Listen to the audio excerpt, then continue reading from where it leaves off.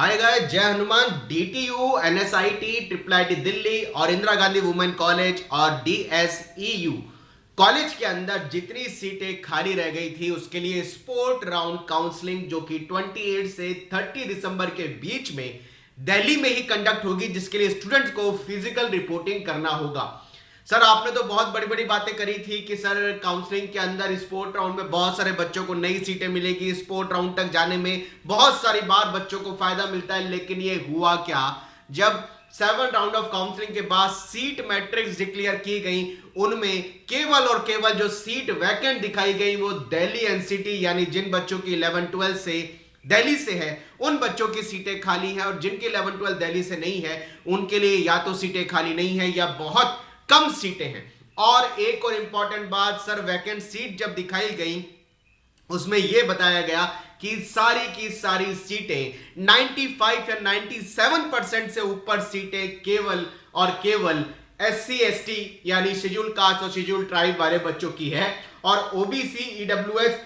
Even तक open वाले बच्चों की बहुत बहुत कम सीटें खाली हैं। तो अब करें क्या? क्या हमें DTU, NSUT, triple IT Delhi, जो कि ट्रिपल आईटी दिल्ली को तो हटा देता हूं क्योंकि वो है ही नहीं, या इंदिरा गांधी वुमेन कॉलेज या फिर डीएसईयू की काउंसलिंग के स्पोर्ट राउंड के लिए इतनी दूर दिल्ली जाना भी चाहिए या नहीं जाना चाहिए? इस चीज को लेकर के इतने सारे क्वेश्चन और इतनी सारी क्वेरीज लगातार जब से वैकेंट सीट पोजीशन आई है स्टूडेंट्स की आ चुकी है। तो आप सभी को बताते हैं कि हर साल कुछ कुछ ऐसा ही सीन देखने को मिलता है कि कई बार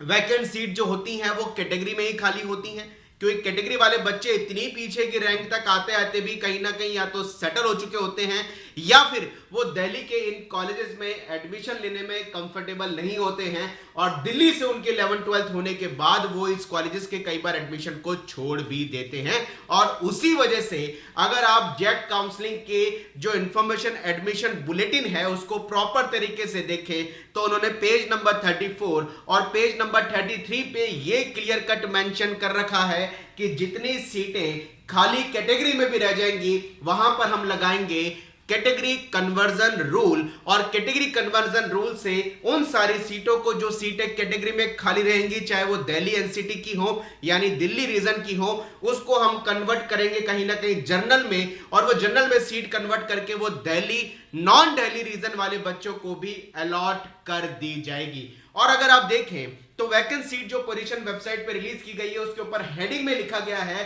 कि हालांकि जो सीट मैट्रिक्स दिखाई गई है ये सीट मैट्रिक्स एक टेंटेटिव सीट मैट्रिक्स है, हम इसको ऐसे नहीं दिखा सकते, ऐसे नहीं बता सकते कि ये सीटें नॉन दिल्ली रीजन में कन्वर्ट नहीं होगी जो कि दिल्ली रीजन में आपको वैकेंट सीट दिखाई गई है। क्योंकि अगर आप इसको समझें तो उन्होंने मेंशन भी किया है कि पेज नंबर 34 और 33 इंफॉर्मेशन बुलेटिन में जाकर के आप देख सकते हैं कि हमने वहां पर कैटेगरी कन्वर्जन रूल लिखा है, लेकिन हमें पता नहीं है कि कितने बच्चे एससी एसटी में सीट छोड़ेंगे और वो सारी सीटें आगे आकर के non Delhi region general pool में भी जा सकती हैं या फिर जनरल कैटेगरी में जा सकती हैं।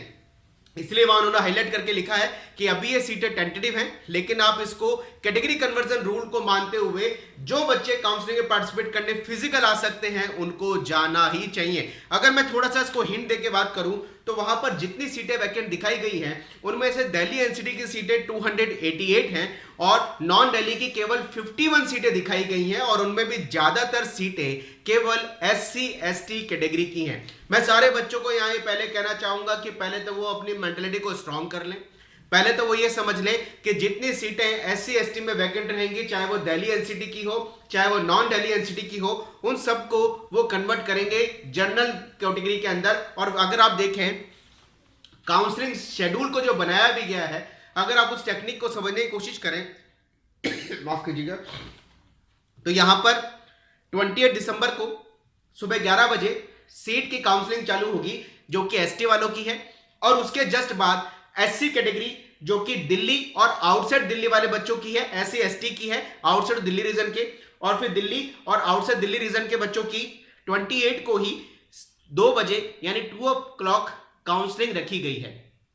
अब इसमें सीटें खाली रह जाएंगी। इसमें जो सीटें खाली रहेंगी इनको उन्होंने अगले दिन भी, देखिए अगर आप 29 को देख रहे हैं तो वो ओबीसी वाले बच्चों को और ईडब्ल्यूएस वाले बच्चों को दिल्ली और नॉन दिल्ली रीजन के हिसाब से बुला रहे हैं, और उसको भी इन्होंने 11 सुबह का टाइम दिया 11 बजे का और दोपहर का टाइम दिया 2 o'clock का। अब इसमें भी जो सीटें खाली रह जाएंगी, चाहे वो SC/ST की हो, चाहे वो OBC EWS की हो, वो सारी सीटें अगर आप और ध्यान से देखें तो 30 दिसंबर को इन्होंने पहले बुलाया है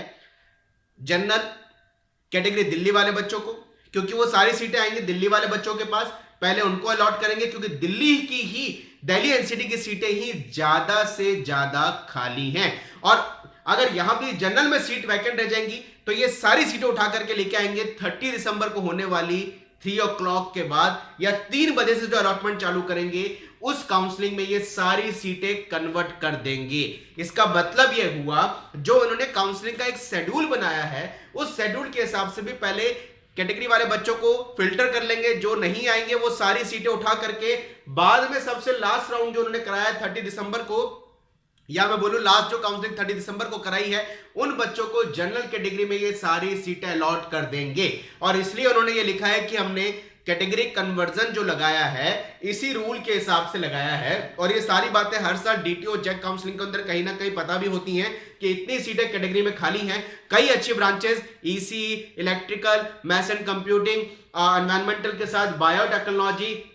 मैकेनिकल, सिविल, केमिकल, हर किसी में कम से कम 5-5, 6-6, 5-5, 6-6, 5, 5, 6 कुछ में 11 सीटें भी वैकेंट है, क्योंकि इतनी सीटें डीटी यूनिवर्सिटी खाली नहीं रखेगा। इसलिए मैं सारे बच्चों को यह कहना चाहूंगा, अगर आपकी विल पावर स्ट्रांग है, आप कंफर्टेबल दिल्ली जाने में हो, इवन तक उन्होंने ये भी बोल रखा है कि अगर आप दिल्ली आने में इंटरेस्टेड हैं लेकिन अगर आप नहीं अप्रोच कर पा रहे, नहीं पहुंच पा रहे, तो ऑथोराइज पर्सन को सारे डॉक्यूमेंट और जो डीडी बोल रखा है 1,12,000 का वो दे करके आप भेज सकते हैं। कोई भी ऑथोराइज पर्सन आपकी जगह जाकर के, अगर आप फिजिकली नहीं जा रहे तो वो ऑथोराइज पर्सन अगर दिल्ली में है या दिल्ली एनसीआर में है या दिल्ली के नियर बाई लोकेलिटी में है तो वो जाकर भी आपके बिहाफ पे काउंसलिंग अटेंड कर सकता है। उसका सारा प्रोसेस आप जैक काउंसलिंग की वेबसाइट पे पढ़ सकते हैं। तो मैं सभी को सजेस्ट करूंगा, अगर आपके पास अभी इंडिया में कई अच्छे कॉलेज का ऑप्शन नहीं है, आप सोचते हैं कंफर्टेबल हैं, आप दिल्ली डीटीयू काउंसलिंग में जाकर के रिस्क ले सकते हैं, तो जाने में कोई बुराई नहीं है, भले ही आपकी कैटेगरी जनरल भी है, क्योंकि जनरल कैटेगरी वाले बच्चों को भी जितनी सीटें खाली कर देंगे कैटेगरी वाले बच्चे, वो सारी की सारी जनरल में आएंगे और वो आएंगे, ये क्लियर है, वो आएंगे ही सही, मैं आपको पहले बोल देता हूं।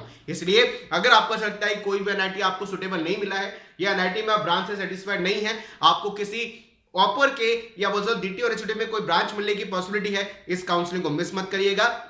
ये कह सकते हैं ये लास्ट काउंसलिंग है। और खास एक बात इन्होंने ये भी बोली है कि जिन बच्चों को 7 राउंड तक अभी कुछ भी कॉलेज डीटी यूनिवर्सिटी में एडमिशन मिल चुका है, उन्होंने अगर फ्रीज के ऑप्शन को क्लिक ना करके फ्लॉट के ऑप्शन को चूज किया है तो वो ऑटोमेटिकली उनका स्पोर्ट राउंड में फ्लॉट हो जाएगा, उनको फिजिकल वहां आने की जरूरत नहीं है। तो वो बच्चे जिनको अभी तक एडमिशन मिल चुका है और उन्होंने 7 राउंड तक भी फ्लॉट के ऑप्शन को चूज किया हुआ है तो उनको वहां जाने की जरूरत नहीं है, उनका ऑटोमेटिकली स्पोर्ट राउंड में फ्लॉट के ऑप्शन को मान करके उनको अपग्रेड अगर होना होगा तो अपग्रेड करके उनको कॉलेज और ब्रांच अलॉट कर दी जाएगी। लेकिन जिन बच्चों के पास अभी भी रैंक्स अच्छी हैं, पहले से रजिस्ट्रेशन किया हुआ है, रजिस्ट्रेशन करने वाले बच्चे ही पहले से जिन्होंने रजिस्ट्रेशन कर रखा है वही बच्चे केवल एंटाइटल है, नया बच्चा वहां नहीं जा सकता। तो मिलते रहेंगे करियर अपडेट के साथ, आपके लिए काफी अच्छा मौका है। सीट मैट्रिक्स देख करके बिल्कुल कंफ्यूज मत होइए, क्योंकि यहां पर कैटेगरी कन्वर्जन रूल लगने वाला है। Wish you all the best, लगे रहेंगे आपके साथ, जुड़ते रहेंगे, 2022 के बहुत सारे अपडेट आपके बीच लगातार लेकर के आते रहेंगे। जय हनुमान गाइस, मिलते रहेंगे, bye bye, thank you very much.